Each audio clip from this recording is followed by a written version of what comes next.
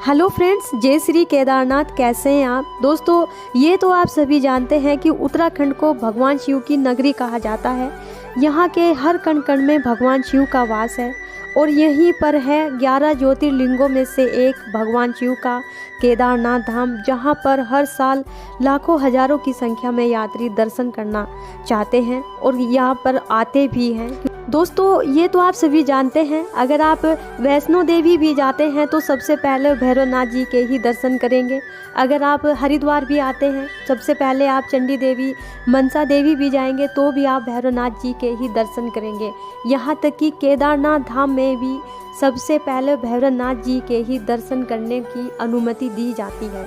उसके बाद ही आप केदारनाथ धाम के दर्शन कर सकते हैं। उसी के बाद आपकी यात्रा भी सफल मानी जाती है। ऐसा क्यों किया जाता है, आज मैं आपको अपनी इस वीडियो में बताने वाली हूँ। दोस्तों, केदारनाथ धाम से लगभग 1.5 किलोमीटर की दूरी पर है भैरवनाथ जी का मंदिर, जो कि खुले में विराजमान है। और भैरवनाथ जी को यहाँ पर भगवान शिव का ही दूसरा रूप कहा जाता है। कहते हैं कि जब 6 महीने तक भगवान शिव के कपाट बंद कर दिए जाते हैं तो सबसे पहले यहाँ पर 6 महीने तक भैरवनाथ ही हैं, एक ऐसे रक्षक हैं जो इस पूरी नगरी की रक्षा करते हैं। और 6 महीने तक भैरवनाथ जी के भरोसे ही इस मंदिर को छोड़ा जाता है।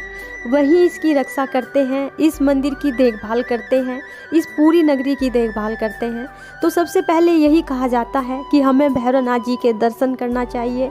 उनका आशीर्वाद लेकर ही हम केदारनाथ धाम के दर्शन कर सकते हैं। और दोस्तों, आप सभी जानते हैं कि जब केदारनाथ धाम के कपाट बंद किए जाते हैं, उससे पहले भैरवनाथ जी के कपाट बंद होते हैं। वो इसीलिए क्योंकि भैरवनाथ जी एक ऐसे रक्षक हैं जो इस पूरी नगरी की रक्षा करते हैं और उनके जो कपाट हैं वो मंगलवार और शनिवार को ही खुलते हैं। तो केदारनाथ धाम के कपाट खुलने से पहले भैरवनाथ जी के कपाट खुलते हैं, उनकी पूजा अर्चना की जाती है। उसके बाद ही केदारनाथ धाम में भोग लगाया जाता है, पूजा अर्चना की जाती है।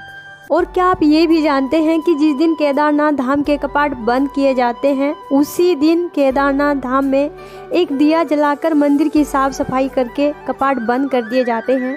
और 6 महीने तक जब तक कपाट बंद रहते हैं तब तक देवी देवता उस मंदिर की पूजा अर्चना करते हैं, वहाँ पर तपस्या करते हैं, मंदिर की साफ सफाई करते हैं और दिया जलाते हैं। और जिस दिन कपाट खुलते हैं तो मंदिर की साफ सफाई भी ऐसे ही मिलती है। और दोस्तों, जो दिया जलाकर कपाट बंद कर दिए जाते हैं वो दिया भी ऐसे ही जलता हुआ मिलता है। तो ये एक रहस्यमयी कहानी है जो आपको केदारनाथ धाम में ही देखने को मिलती है। तो दोस्तों, अगर आप 2024 की यात्रा पर केदारनाथ धाम आएंगे तो आपको सबसे पहले भैरवनाथ जी के ही दर्शन करने हैं। उसके बाद आप केदारनाथ धाम में भगवान शिव के दर्शन कर सकते हैं, क्योंकि तभी आपकी यात्रा को सफल माना जाता है।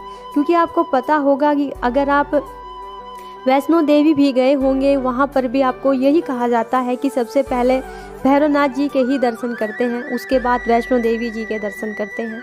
तो ऐसा ही केदारनाथ धाम में होता है। वहाँ पर भी आपको सबसे पहले भैरवनाथ जी के ही दर्शन करने चाहिए, क्योंकि 6 महीने तक भैरवनाथ ही ऐसे रक्षक हैं जो इस पूरी नगरी की रक्षा करते हैं। और दोस्तों, इसके अलावा आप हमारा हरिद्वार ऋषिकेश में ट्रैवल्स का काम है। चारों धामों के लिए आप अपनी एडवांस बुकिंग करवा सकते हैं। आप दिए गए नंबर पर हमसे संपर्क कर सकते हैं और अपने लिए अपनी मनचाही बुकिंग करवा सकते हैं। टूर पैकेज लेना चाहते हैं वो भी अवेलेबल है। तो ज़्यादा जानकारी के लिए आप हमें ज़रूर कांटेक्ट कीजिए। फिलहाल आप दोस्तों भैरव मंदिर से पूरी केदारनाथ नगरी के दर्शन कीजिए। यहाँ से केदारनाथ धाम का खूबसूरत नज़ारा बहुत ही अच्छा देखने में लगता है, क्योंकि यह मंदिर काफ़ी ऊंचाई पर है। केदारनाथ मंदिर से लगभग 1.5 किलोमीटर की ट्रैकिंग है जो इस मंदिर तक होती है। और अगर आप यात्रा पर आ रहे हैं तो आप एक बार यहाँ पर ज़रूर आएँ, क्योंकि सबसे पहले यहीं पर दर्शन किए जाते हैं।